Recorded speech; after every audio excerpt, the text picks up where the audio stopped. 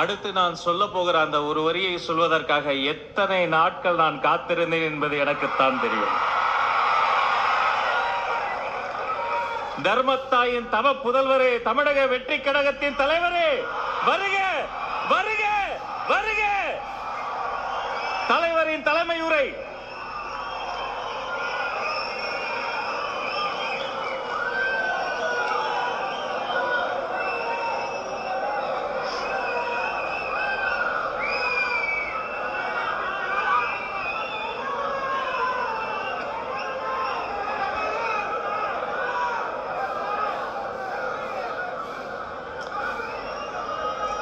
என் நெஞ்சில் குடியிருக்கும்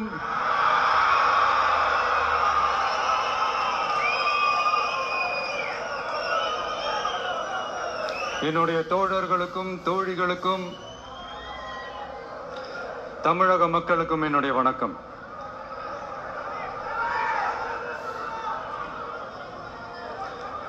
நம்ம குடும்ப உறவுகளை இழந்ததுனால சொல்ல முடியாத வேதனையிலும் வலியிலும் இவ்வளவு நாளா இருந்தோம். அப்படிப்பட்ட அந்த சூழல்ல நம்ம சொந்தங்களின் மனம் பட்டு இருக்க வேண்டியது நம்மளுடைய கடமை. அதனால அவங்களோட சேர்ந்து அமைதி காத்து வந்தோம். ஆனா இப்படி அமைதி காத்து வந்த நேரத்துல நம்மளை பத்தி வன்ம அரசியல் வலைகள், அர்த்தமற்ற அவதூறுகள்னு இது மாதிரி நிறைய விஷயங்கள் நம்மளை பத்தி பின்னப்பட்டன, பரப்பப்பட்டன. இது எல்லாமே சட்டம் மற்றும் சத்தியத்தின் துணை கொண்டு துடைத்து எறிய தான் போறோம்.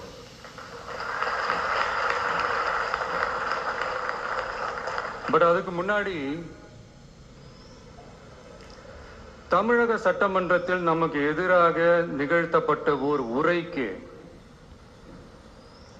ஒரு நாகரிக பதிலடி கொடுக்கணும்னு நான் நினைக்கிறேன்.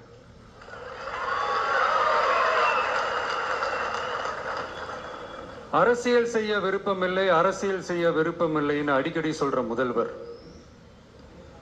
நம்மளை குறிப்பிட்டு பல்வேறு அவதூறுகளை பதிவு செய்வதன் வாயிலாக பெருந்தன்மையை பேரளவில் மட்டுமே பேசும் முதல்வர் 15/10/2025 அன்னைக்கு தமிழக சட்டமன்றத்தில் நமக்கு எதிராக பேசிய பேச்சில் எவ்வளவு வன்மத்தை கக்கியுள்ளார் என்பதையும்,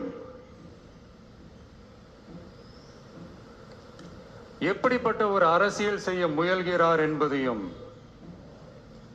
தமிழக மக்கள் உணராமலா இருப்பாங்க.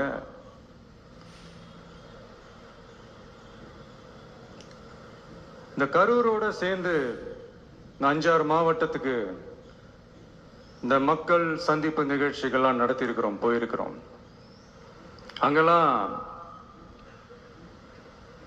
இந்த லாஸ்ட் மினிட் வரைக்கும் எங்களுக்கு அந்த இடம் கொடுப்பாங்களா மாட்டாங்களா, பெர்மிஷன் தருவாங்களா மாட்டாங்களா, இப்படியே இழுத்து அடிச்சுக்கிட்டு இருப்பாங்க. நான் நாகப்பட்டினத்தில் சொன்னது மாதிரி தான். நாங்கள் ஒரு இடம் செலக்ட் பண்ணி கேட்போம், மக்கள் நல்லா ஸ்பேஷியஸாக நின்று பார்க்குற மாதிரி. பட் அவங்க அதையெல்லாம் ரிஜெக்ட் பண்ணிட்டு மக்கள் நெருக்கடியோடு நின்று பார்க்குற மாதிரி ஒரு இடத்த செலக்ட் பண்ணி எங்களுக்கு கொடுப்பாங்க. இது டிஃபால்ட்டாக எல்லா இடத்துலையும் இந்த ஒரு ஆர்கியூமெண்ட் நடந்துட்டு இருக்கும்னு வைங்க.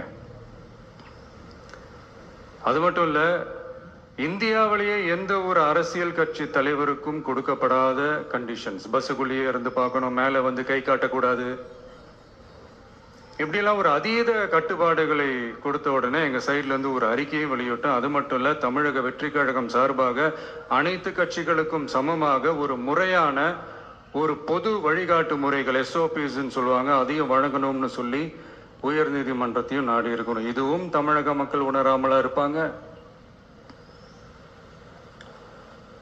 இப்படி ஒரு அரசியல் காழ்ப்புடன், நேர்மை திறனற்று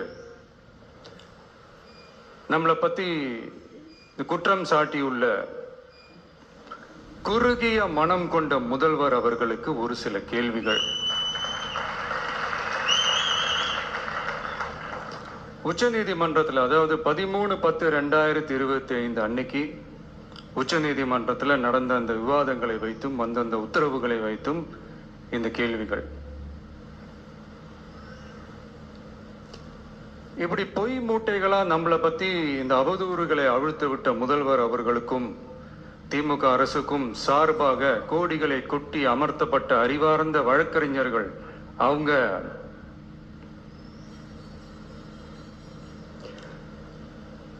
இந்த கபட நாடக திமுக அரசோட தில்லுமுல்லுகளை தாங்கி பிடிக்க இயலாமல் உச்ச நீதிமன்றத்தில் திக்கு திணறி நின்றது முதல்வர் அவர்களுக்கு மறந்துவிட்டதா? கரூர் சம்பவத்துக்கு அப்புறமே அவசரமா ஒரு தனிநபர் ஆணையம், அந்த தனிநபர் ஆணையத்தை அவமதிக்கிற மாதிரி அரசு உயர் அதிகாரிகள், காவல்துறை உயர் அதிகாரிகள் எல்லாருமே நம்மளை பத்தி ஃபுல்லா இந்த அவதூறுகள் பரப்பி ஒரு செய்தியாளர்கள் சந்திப்பு அவசரமா. இதெல்லாம் ஏன் நடக்குது, எதுக்காக நடக்குது அப்படின்னு ஒட்டுமொத்த தமிழக மக்களும் கேள்வி கேட்க ஆரம்பிச்சாங்க. இதுவும் தமிழக முதல்வர் மறந்துட்டாரா? அதுக்கப்புறம் அந்த தனிநபர் ஆணையத்தை தலையிலேயே கொட்டி வீட்டுக்கு அனுப்பிச்சிட்டாங்க. அது வேற விஷயம்.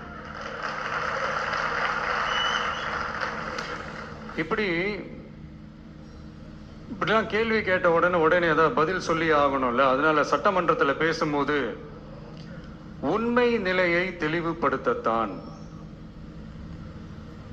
அப்படின்னு ஏதோ இந்த சட்ட ரீதியாகவும் சத்தியத்திற்காகவும் நடந்தது போல ஏதோ சாமர்த்தியமா பேசுறதா நினைச்சு பேசியிருக்காங்க. இப்படி ஒரு 50 வருஷமா பொது வாழ்க்கையில் இருக்கிற ஒருத்தவங்க ஒரு முதல்வர் அவர்கள் சொன்னது எவ்வளவு பெரிய ஒரு வடிகட்டின பொய், சப்பை கட்டுன்னு நான் சொல்லல, உச்ச நீதிமன்றம் சொல்லியிருக்கிறாங்க.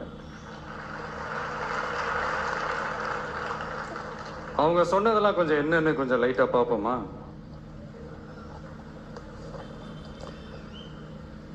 The comments which have been made before the media by the top officers of the police department may create doubt in the minds of the citizenry on impartiality and fair investigation.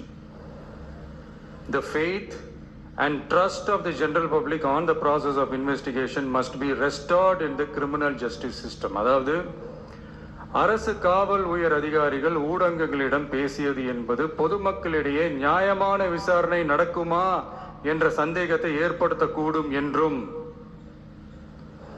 நியாயமான விசாரணை மூலமே அந்த சந்தேகத்தை மீட்டெடுத்தே ஆக வேண்டும் என்றும் உச்ச நீதிமன்றம் தமிழக அரசின் தலையில் ஓங்கி நறுக்கு நறுக்கு நறுக்கு என்று கொட்டியதை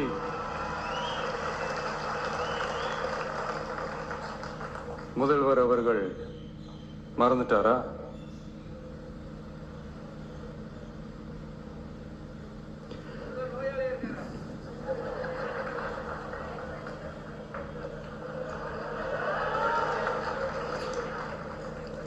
மாண்புமை சென்னை உயர் நீதிமன்றத்தின் மாண்புமிகு நீதியரசர் SIT அமைத்து உத்தரவிட்டார் அல்லவா?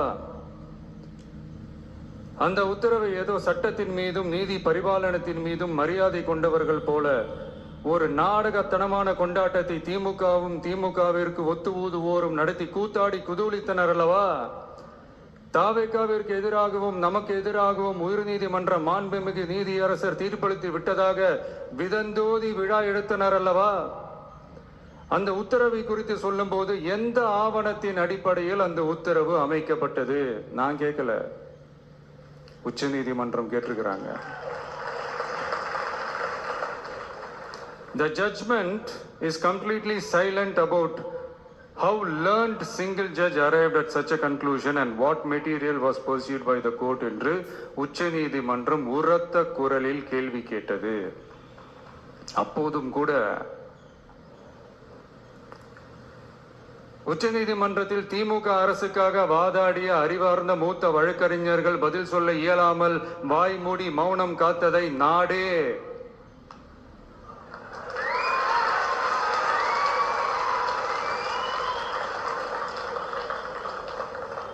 பார்த்ததல்லவா? இதையும் முதல்வர் அவர்கள் மறந்துட்டாரா?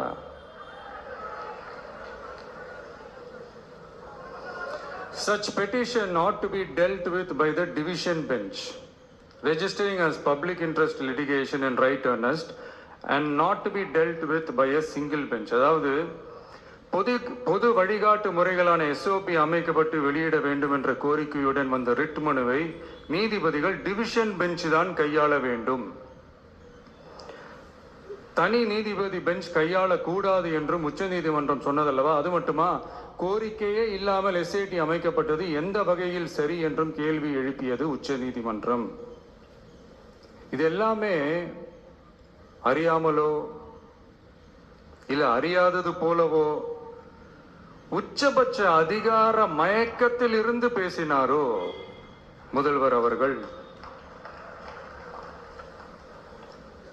மனிதாபிமானம், அரசியல் அறம், மாண்பு இதெல்லாம் எதுவுமே இல்லாம வெறும் பேச்சில மட்டுமே பேசிக்கிட்டு அரசியல் ஆதாயம் தேடுற ஆட்டத்தை ஆடத் தொடங்கிவிட்டார் முதல்வர் அவர்கள்.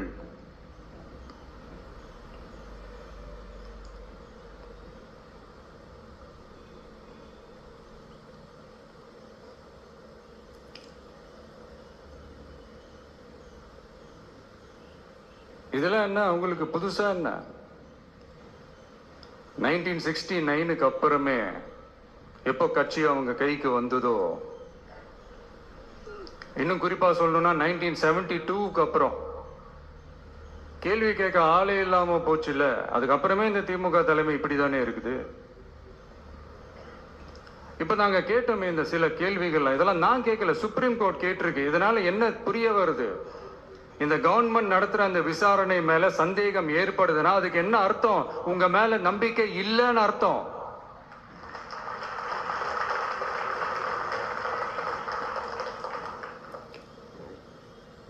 இதெல்லாம் ஏன் எதுக்காகன்னு முதல்வர் அவர்களுக்கு புரியுதா?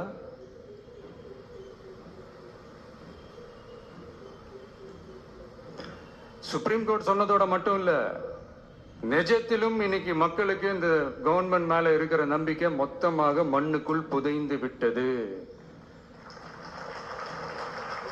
இதுவாவது முதல்வர் அவர்களுக்கு புரியுதா? புரியலனா 2026 தேர்தல்ல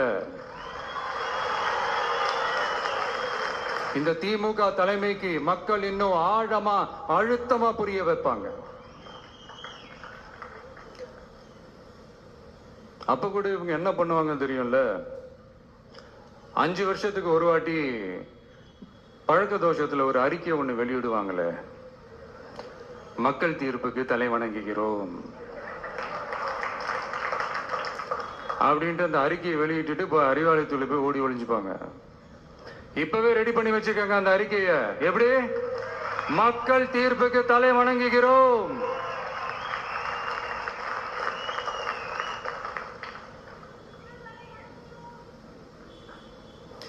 நான் போன பொதுக்குழுவில் சொன்னதை தான் இங்க நான் திரும்பவும் சொல்றேன்.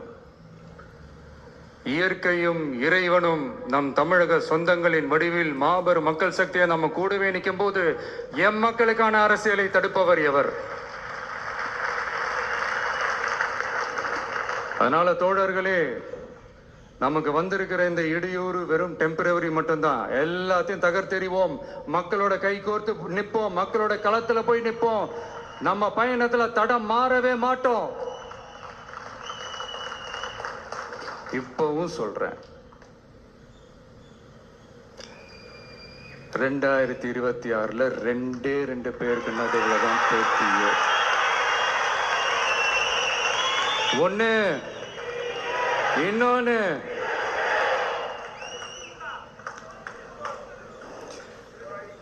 இந்த போட்டி இன்னும் ஸ்ட்ராங்கா மாறப்போகுது. 100% வெற்றி நமக்கு. வாகை சூடுவோம், வரலாறு படைப்போம், கான்பிடண்டா இருங்க, நல்லதே நடக்கும், வெற்றி நிச்சயம்.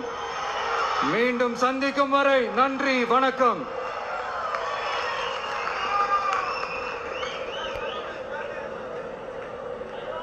வெற்றி தலைவருக்கு ஒரு அரங்கம் நிறைந்த கரவொலியை பரிசாக தருவோம். 2026 வெல்வோம். நன்றியுரை வழங்குவது